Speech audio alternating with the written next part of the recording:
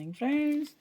मी एक सकाळी जाताना 4 ते 5 जवळजवळ 8 तास ही डाळ सोक केलेली आहे. याच्यामध्ये चना डाळ थोडीशी आहे, नंतर ग्रीन मूंग सालासकट घेतलेली आहे आणि इक्वल क्वांटिटीमध्ये ब्लॅक उडद सालासकट घेतलेलं आहे. सो सालावालेच आहे सगळे. आणि थोडंसं चना डाळ घेतलं आहे. असं सोक करून ठेवलं होतं 8 तास. आता ते निथळत ठेवलं आहे स्ट्रेनरवर. सो हे थोडंसं पाणी निघून गेलं की आता इकडे मसाला दाखवते. या पावडर मसाल्यामध्ये मी ब्लॅक पेपर थोडेसे घेतले आहेत, नंतर fennel seeds, coriander seeds, cumin seeds, cumin seeds, coriander seeds आणि ब्लॅक पेपर असं फिरवून घेतलं आहे ते. आणि ह्या चटणीमध्ये हा ठेचा आपला, याच्यामध्ये green chilli, garlic and ginger असं हे फिरवून घेतलं आहे. आता हे जे सोक केलेलं आहे याच्यातलं पाणी पूर्ण निथळून झालं की हे विदाऊट वॉटर आपल्या इंडियन मिक्सीमध्ये फिरवून घ्यायचं आहे. विदाऊट वॉटर याच्यासाठी की त्याला पाणी सुटतं आलं लसूण घातलेलं, सॉल्ट घातल्यानंतर.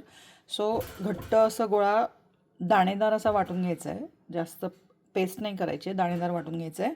आणि हे वाटून झाल्यानंतर त्यामध्ये थोडासा तुम्हाला रवा टाकायचा असेल तर टाकू शकतात, किंवा रवा टाकायचा नसेल तर वरतून तुम्ही पॅटी झाल्यानंतर, पॅटी तयार केल्यानंतर त्या पॅटी रव्यामध्ये घोळवून मग तुम्ही शॅलो फ्राय करू शकतात. सो ह्या रेसिपीचं नाव आहे ग्रीन कबाब म्हणता येतील त्याला. यामध्ये मी स्पिनॅचसुद्धा टाकणार आहे आणि कोथिंबीर टाकणार आहे. सो स्पिनॅच कापून घेते आता आणि स्पिनॅचसुद्धा ॲड करणार आहे. चॉप करून घालायचं आहे. नंतर जेव्हा याची पेस्ट, याची जेव्हा हे जेव्हा ग्राइंड करून घेईल तेव्हा मी त्यात ॲड करेल नंतर चॉप केलेला स्पिनॅच. ओके, ही सिलॅन्ट्रो म्हणजे कोथिंबीर चॉप करून घेतली आहे आणि थोडासा स्पिनॅच एक वाटी नाही म्हणता येणार, 1 कप चॉप करून घेतला आहे. सो आपण आता हे सगळं रेडी केलेलं आहे. सॉल्ट चवीप्रमाणे घ्यायचं आहे नंतर, आणि हे आता वाटायला घ्यायचं आहे. सो वाटून झाल्यावर मी तुम्हाला दाखवते.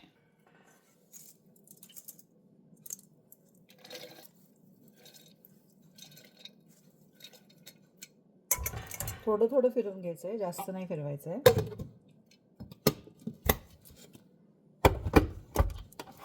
पल्स करायचं आहे.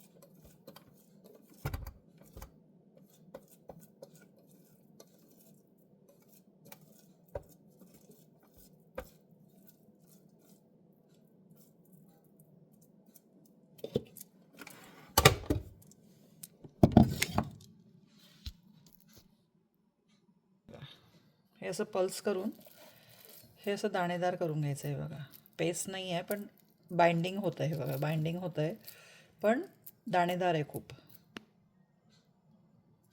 कुठे कुठे असे पीसेस दिसत आहेत. आणि काय होतं, फायबर जातात म्हणून सालावाली घ्यायची डाळ, त्यामुळे फायबर जातात.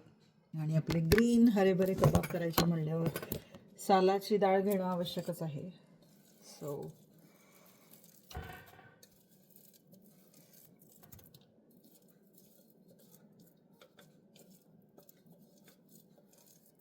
मी आता ही वाटून घेते सगळी डाळ, आणि मग आपण वाटून झालं की भेटूया परत. ओके, सो आता हे झालेलं आहे. आपले हातच यूज करायचे आहेत. Hands you have to use it. So I am going to wash my hand.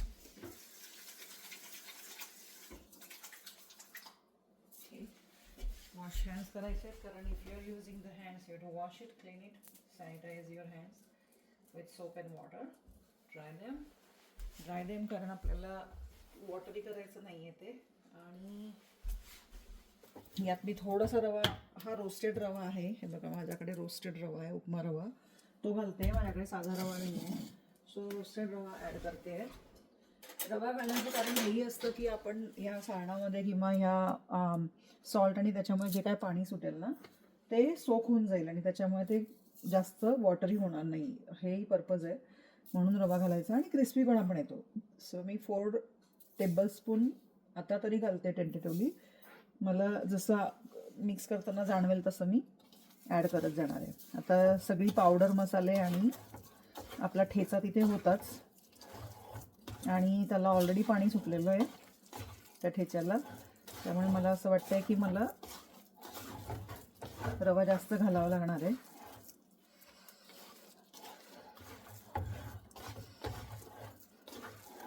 तुम्ही किती पण प्रयत्न केला ना तरी ते पातळ होतंच, थोडंसं लिक्विडी होतंच. जुन्या पद्धतीप्रमाणे तुम्ही जर ते दगडावर करून घेतलं ना तर मग तुम्हाला ती कन्सिस्टन्सी कंटिन्यू करता येते घट्ट असण्याची. पण आता इथे असं मिळत नाही, पाटावर वंटा म्हणतात त्याला गावाकडे. पण हे बघा, ते धणे जिरे आणि ब्लॅक पेपर आणि बडीशोपचा जो अरोमा येतोय ना तो हा असा हाताने मिक्स केल्यावरच येतो. तुम्ही जर चमच्याने मिक्स केलं तर ते त्याचा अरोमा तसा येत नाही. आता मी सगळीकडे मिक्स केला आहे त्याला. आता मी अजून घालते कारण मला असं वाटतं की हा खूप, हे बघा, याला बाइंडिंग नाही जमत आहे, हे बघा अजून. सो मी अजून रवा घालते. थोड्या वेळाने सोक होईल त्यातलं पाणी, त्यामुळे आता नाही होणार पण थोड्या वेळाने होईल. तो माझे 4 टेबलस्पून आधी घातले होते, आता 4 घातले, म्हणजे टोटल 8 घातलेत. तुम्ही तुमच्या अंदाजाने घालायचं आहे. आता मला हाताला जाणवत होतं ते लिक्विडी, पण मला ते सोडून बघावंही लागेल की किती सोक झालं आहे पाणी त्या रव्यामध्ये. त्यामुळे आता मी थांबणार आहे, आता नाही जास्त ॲड करणार. आणि थोडा टेस्ट करून बघते सॉल्ट.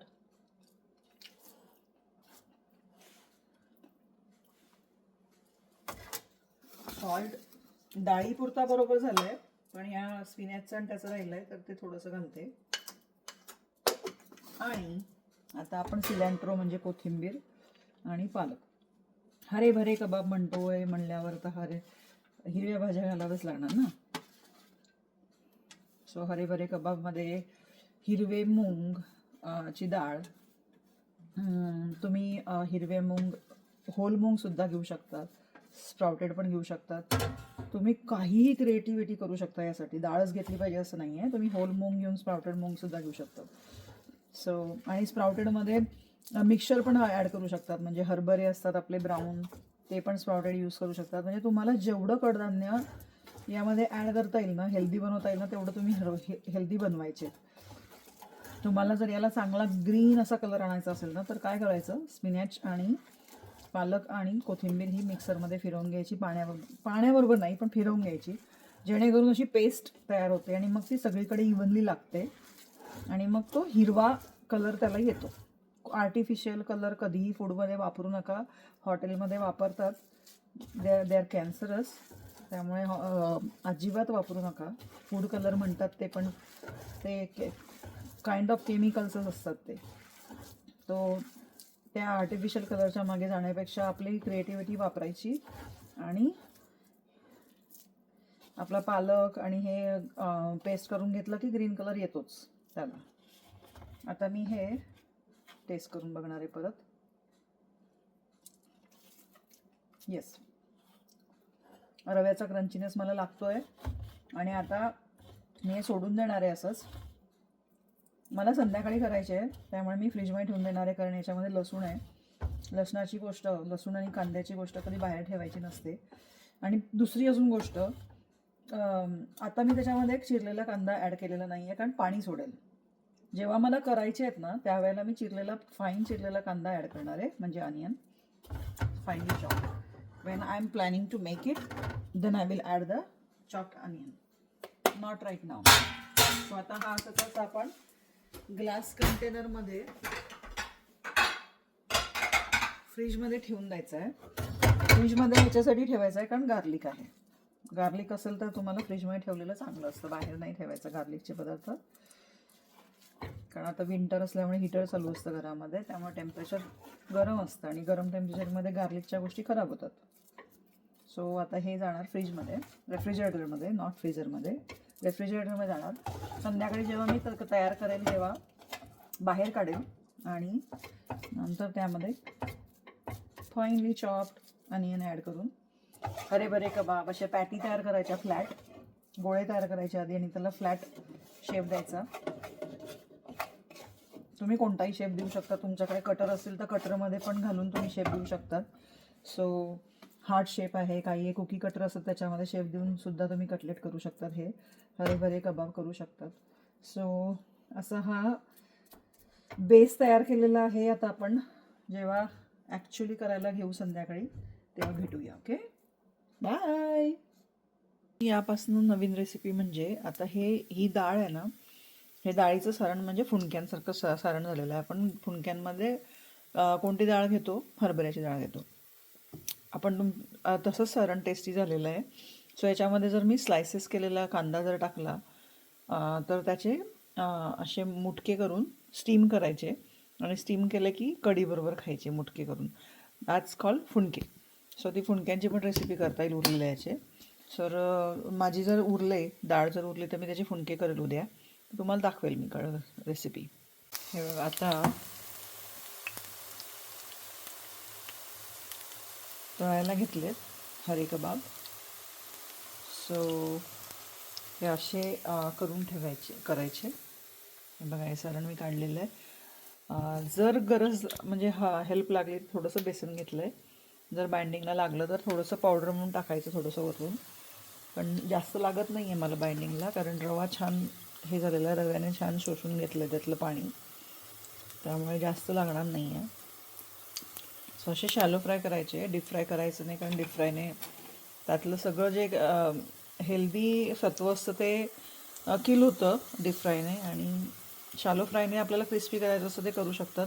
प्लस तुमच्याकडे एअर फ्राय असेल, माझ्याकडे पण आहे एअर फ्राय. एअर फ्राय असेल तर एअर फ्रायमध्ये थोडंसं तेलाचा ब्रश लावूनसुद्धा तुम्ही करू शकतात, जर अवॉइड करायचं असेल एवढं ऑइलसुद्धा तर. सो अशा प्रकारे ते गोल्डन करून घ्यायचे सगळे.